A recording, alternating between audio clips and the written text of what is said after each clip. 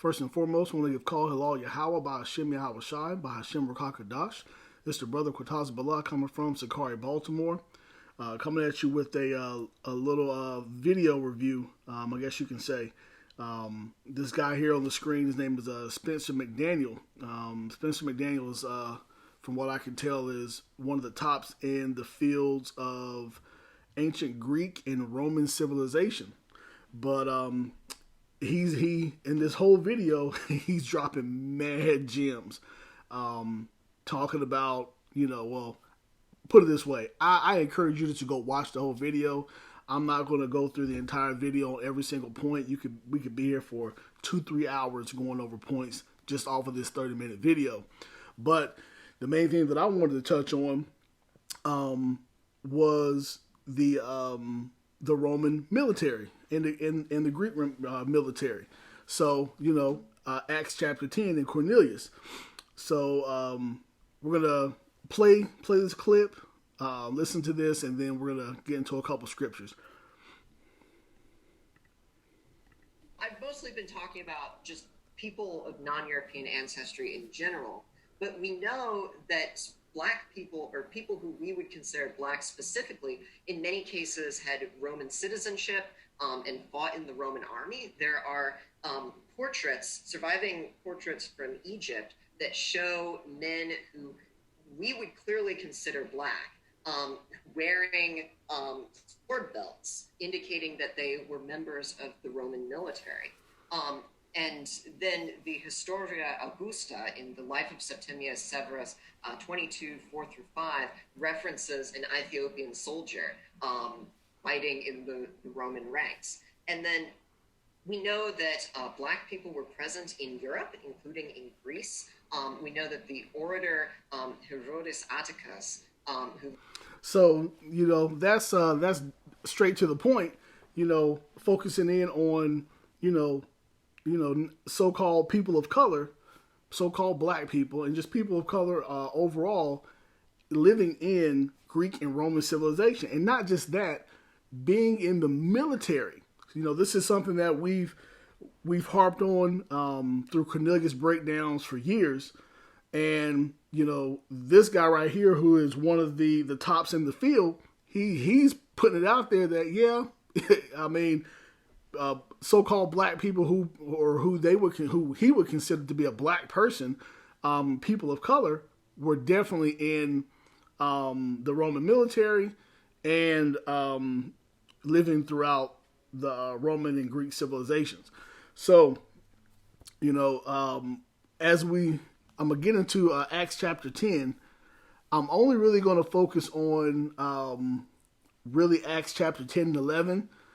I'm not going to go through a whole Cornelius breakdown, but I just want to really focus on, this. So when I watch this video, Cornelius is one of my favorite topics in the Bible.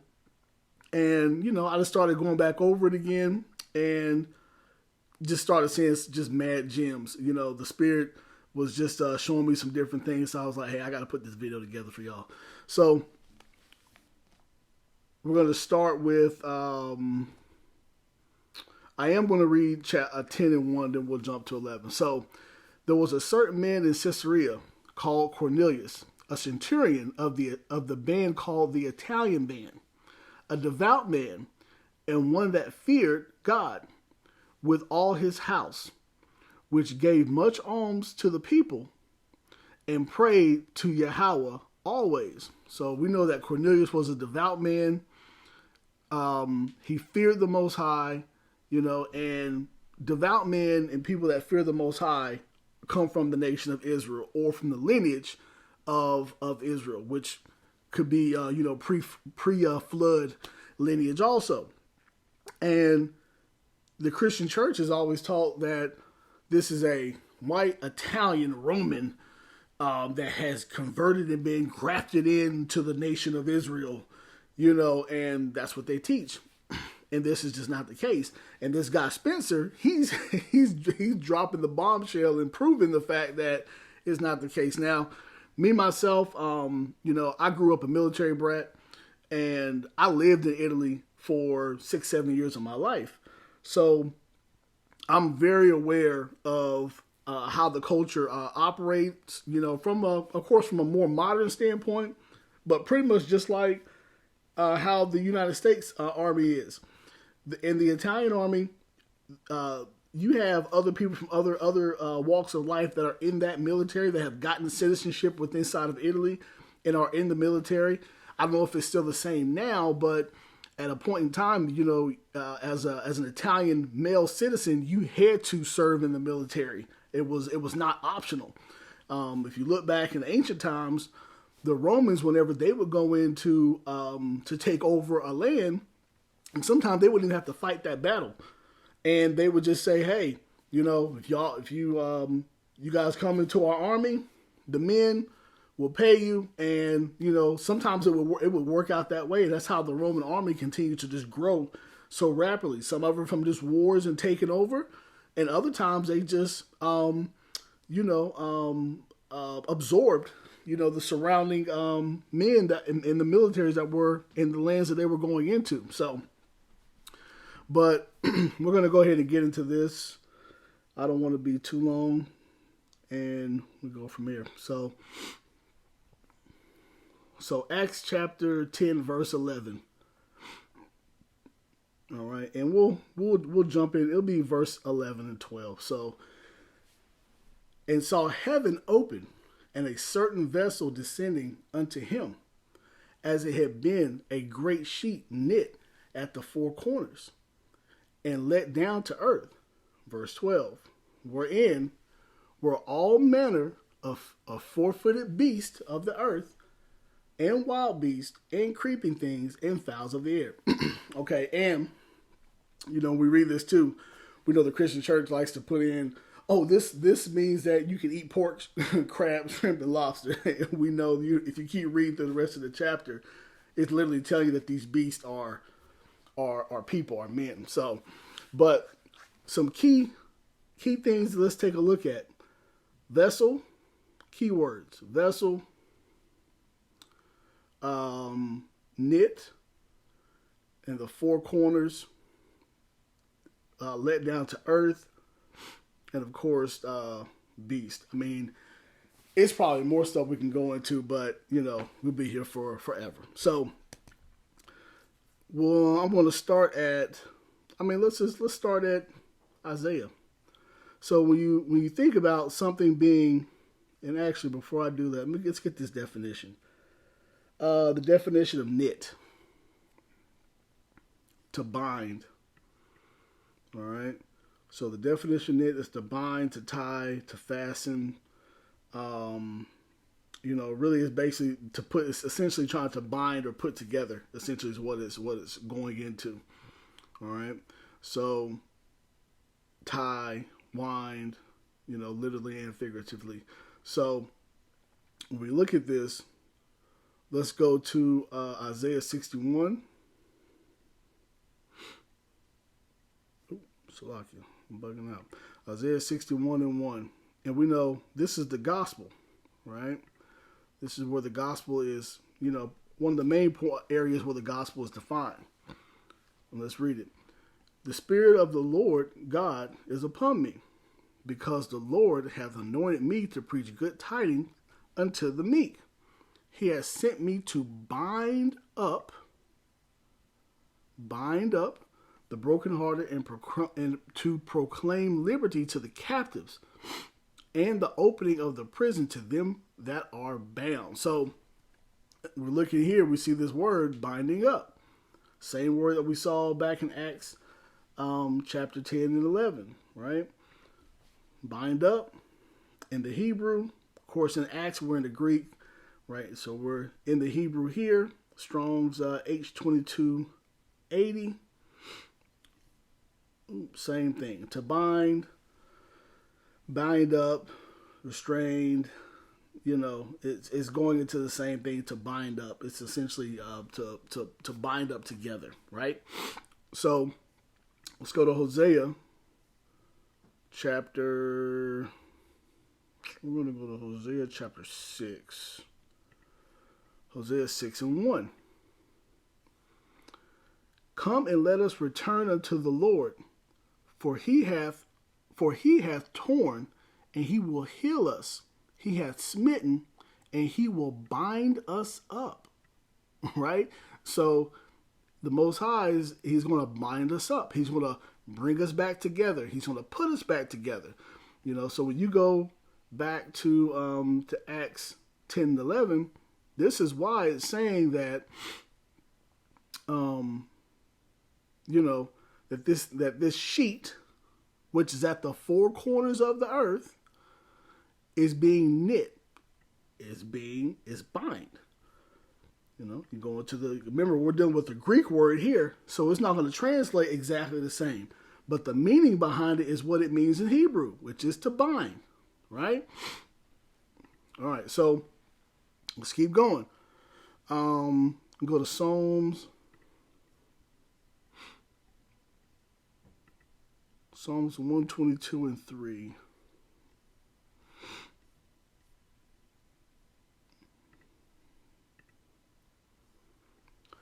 Jerusalem is builded as a city that is compact together, right?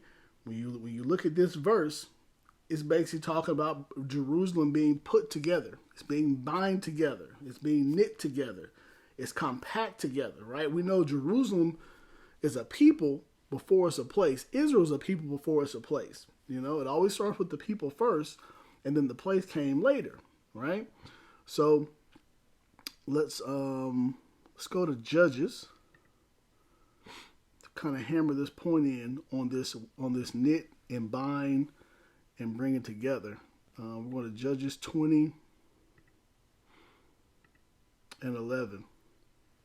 So all the men of Israel were gathered against the city, knit together as one man. Now we get a little bit more meat on the bones, right? Israel is all gathered together. This was the men of Israel, all being gathered together, knit together as one man, as one body, right? So now you start to look and say, okay, Israel's being gathered together. Israel's being knit together, bound together, right? We know that Israel is a spiritual temple. All these different things are symbolic of Israel, right?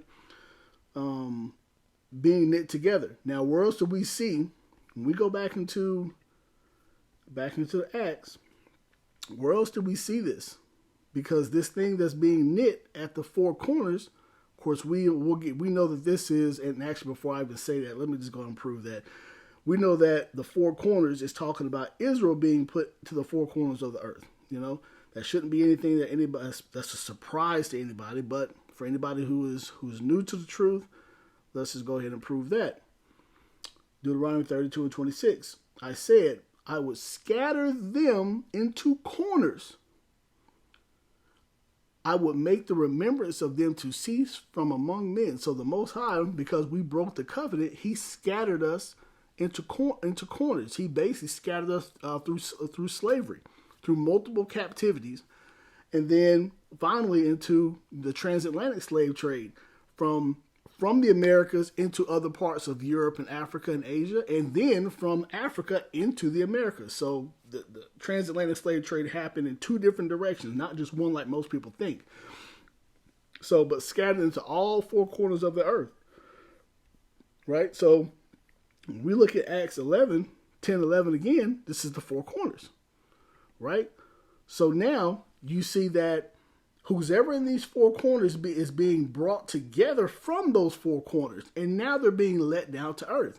Now, what does that sound like? Let's go to Revelation 21.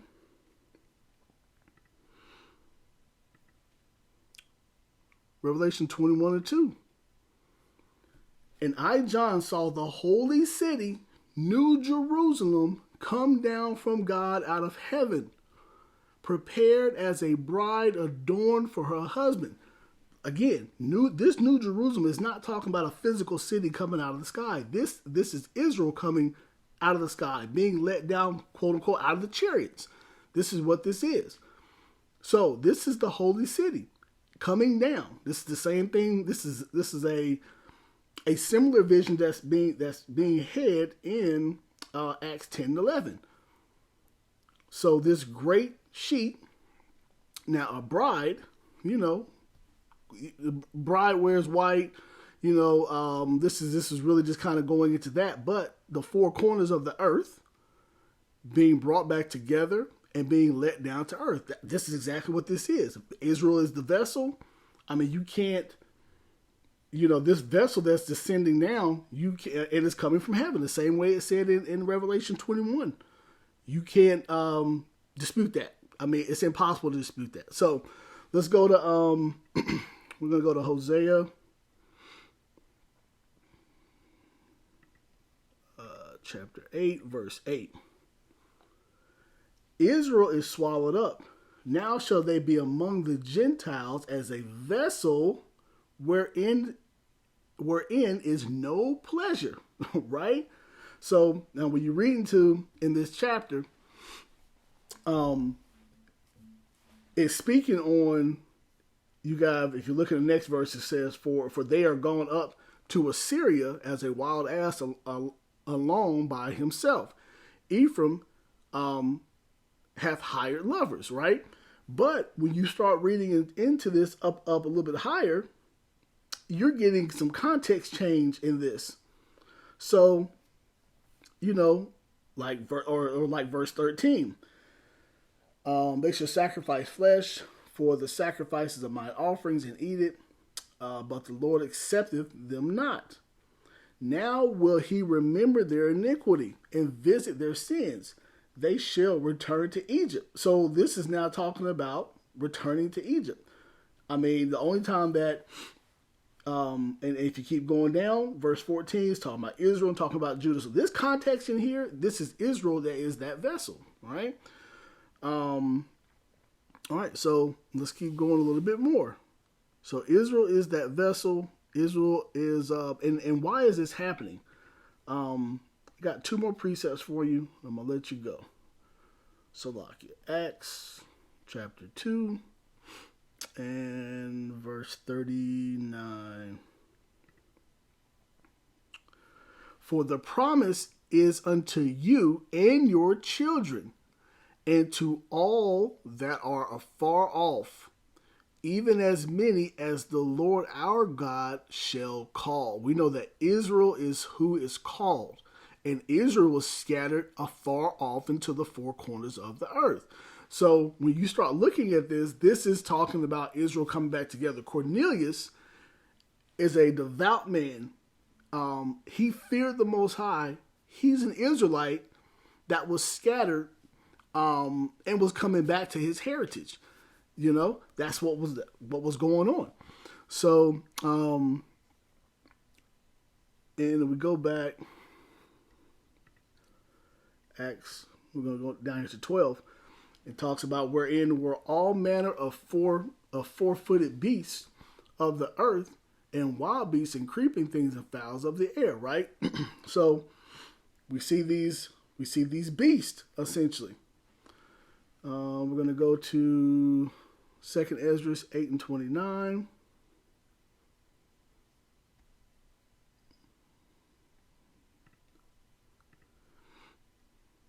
Second Esdras 8 and 29.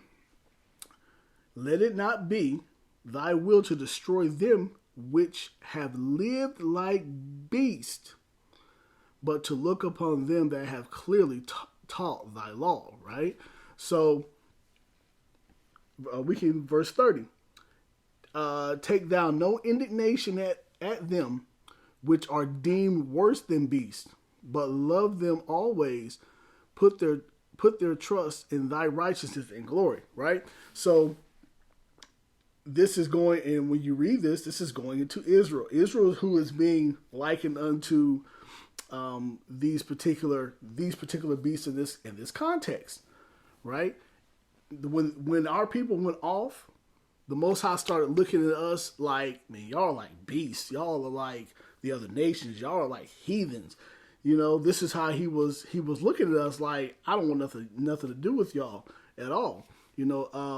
And this is what was going on. So when you get into Cornelius, now you can see what's happening is that this is the start of the beginning of Israel being knit back together, bound back together.